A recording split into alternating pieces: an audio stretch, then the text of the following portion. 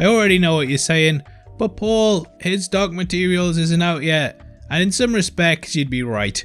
I've kind of gone back and forth over what to do with this, as the show is releasing 1 week later in the US, but as this is a UK based channel, I thought I'd drop the breakdown in line with that, and anyone who wants to wait a week is more than welcome to add this to their watch later list and check it out down the line.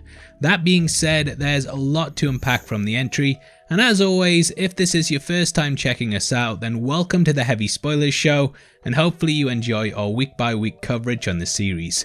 There will be some minor spoilers here in regards to the book, so if you don't want anything potentially ruined for you, then I recommend that you turn off now. As for the entry itself, we pick up right after the events of Season 1, which saw Lyra stepping through the tear in the fabric of her reality.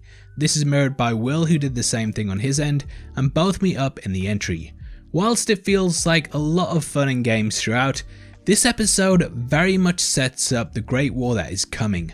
On one side are the Magisterium, who wish to find the subtle knife through Will, and on the other are the witches, who believe that Lyra will be the key to their salvation. In the wake of Lord Asriel opening up the portal to another reality, the world has stumbled into chaos. The witches believe that this is the fulfillment of a prophecy laid out long ago that states all existence will either be destroyed or made anew. Juxtaposing this, the high-ranking members of the Magisterium believe that Lord Asriel birthed the new world into existence, and that to state it was already there is heresy. At one point they capture a witch and torture her, which forces the group to launch an attack on them, which we'll get into in just a bit. Now this episode is very much about both Will and Lyra meeting and forming a union with one another. Early on, Lyra arrives at the town of Citagazze, which is the same location that could be glimpsed through the Northern Lights in Season 1. Citagazze, which I'm definitely pronouncing wrong, I'll try it with a bit more Italian.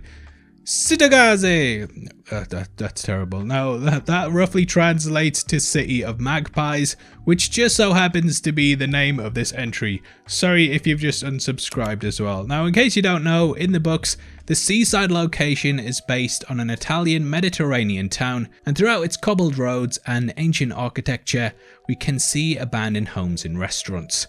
At the centre of it lies the Torre di Galli Angeli, which translates to the Tower of Angels, and within it is held the subtle knife, which of course ties in with Will's fate. Now with this new world comes new rules, and similar to Lyra's dimension, this is tied in with puberty. In Lyra's world, Mrs. Coulter wanted to separate children from their demons before they hit puberty in order to save them from sin.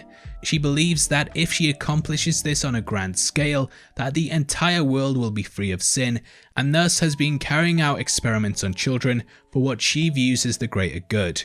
I know it goes beyond that, but it is an important rule to pay attention to, as this idea of adolescence causing problems is very much tied in with this new world. The Citagazze is pretty much devoid of adults, and bar a zombie-like one named Tullio that we encounter in the entry, the entire location is really just populated by a gang of children. Is that Leona? Leona's back! Anyway, we discover that the city is actually haunted by invisible ghosts known as spectres. Once a child starts to mature, these spirits become visible and they suck the souls of their victims, leaving them in an almost undead-like state. Now the reason that the spectres are emerging around the city is because of the subtle knife which exists in the tower. The knife is actually capable of opening up the window between worlds that Lyra used to travel to this one. However, this comes with a caveat, and the more the knife is used, the more the spectres are created. When Asriel opened the passage at the end of Season 1, it actually caused a massive rise in spectres, and these swarmed the city. This is why Liana, who... I know she's not called that, but she was good, wasn't she? Anyway, this is why she mentions an attack on the city, which was of course kick-started by Asriel's short-sightedness. Most of the adults were either consumed or they fled, and thus the children have remained in the Citagazze, setting up a sort of Lord of the Flies aesthetic. Now alongside this idea of worlds being mirrored and having rules that in some way reflect one another, we also get this idea of how words differ slightly depending on which world you're on. Demon and dust of course means something completely different in ours, and I loved how there was this idea throughout that depending on which world we visit will depend on how certain rules and standards are interpreted. I think the Citagazze is an incredible location, and the spiraling staircases eerily empty streets and towering monuments really add a certain mystique to the entry. Hearing the wind blow through the location and realizing how empty it is adds a lot of nuances to it, and I think this easily becomes the most interesting locale that we've visited so far. Along with the creepiness, we also have some cute moments such as Lyra making omelets for Will and being unable to do so because she's been brought up being weighted on hand and foot. These light-hearted moments really add a touch of character development to the episode, and they're juxtaposed brilliantly by the storyline involving the witches and Mrs. Coulter. It begins with the former inviting Lee Scorsby to their clifftop meeting, and here they sort of set up the mission that he will be going on, which is to get an object of protection from a man named Grumman.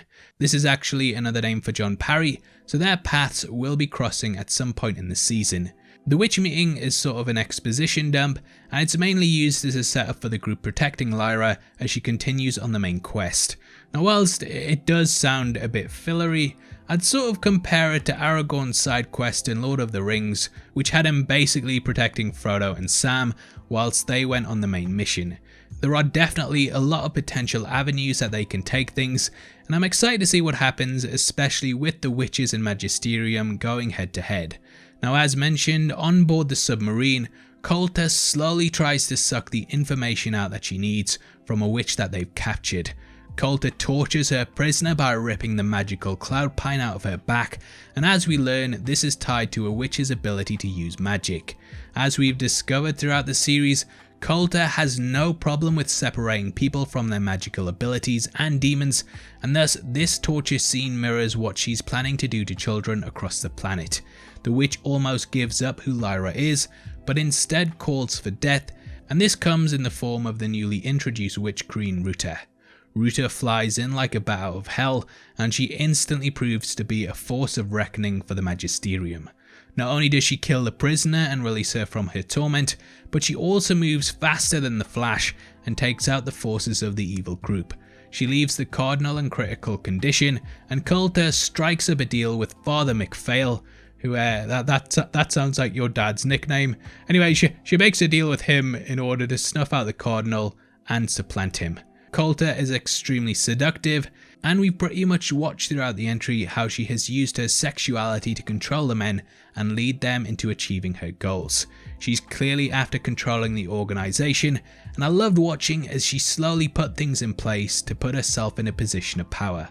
Elsewhere, Lyra and Will strike up a deal to travel to each other's Oxfords and find things to continue their quest.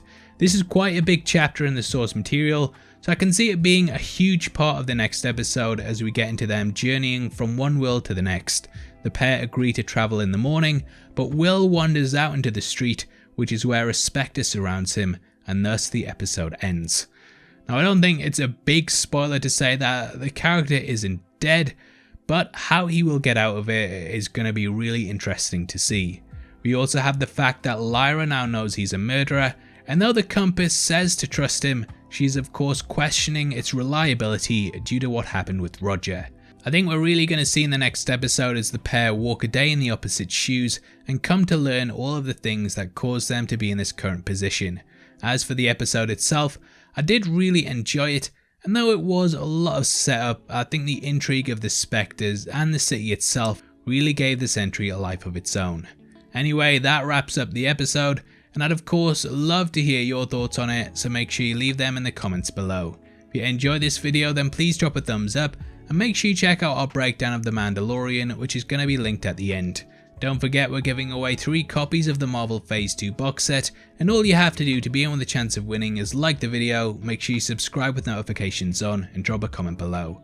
The winner is going to be chosen at random on the 30th of November, so make sure you get involved. If you want to support the channel and get to see content early, then please consider clicking the join button below. You can also come chat to us on the Discord server, linked in the description, or Heavy Spoilers on Twitter.